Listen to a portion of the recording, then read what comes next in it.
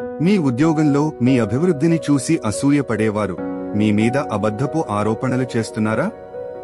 లేదా మిమ్మల్ని ఇబ్బందుల్లోకి నెట్టడానికి ప్రయత్నిస్తున్నారా?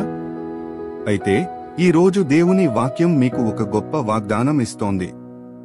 సామెతలు 26:27లో ఇలా ఉంది: గోతి త్రవ్వువాడు దానిలో తానే పడును, రాయి దొర్లించువాని మీదికి అది తిరిగి వచ్చును. ఇది కేవలం ఒక మాట కాదు, ఇది సత్యం. ఎవరైతే మీకు హాని చేయాలని తప్పుడు మార్గాన్ని ఎంచుకున్నారో వారి ప్రయత్నాలే చివరికి వారికి నష్టాన్ని కలిగిస్తాయి. మీరు వారికి వ్యతిరేకంగా పోరాడాల్సిన అవసరం లేదు. మీరు చేయవలసిందల్లా మీ నిజాయితీని, మీ విశ్వాసాన్ని నమ్ముకోవడం. ఈ కష్టం నుండి దేవుడే మిమ్మల్ని కాపాడతాడు. మీరు నిజాయితీగా, నిశ్శబ్దంగా ఉంటే ఆ కష్టాలు మిమ్మల్ని బాధపెట్టినా అవి శాశ్వతంగా ఉండవు. వాటిని సృష్టించిన వారే చివరకు వాటిలో చిక్కుకుంటారు. ఇది దేవుని న్యాయం.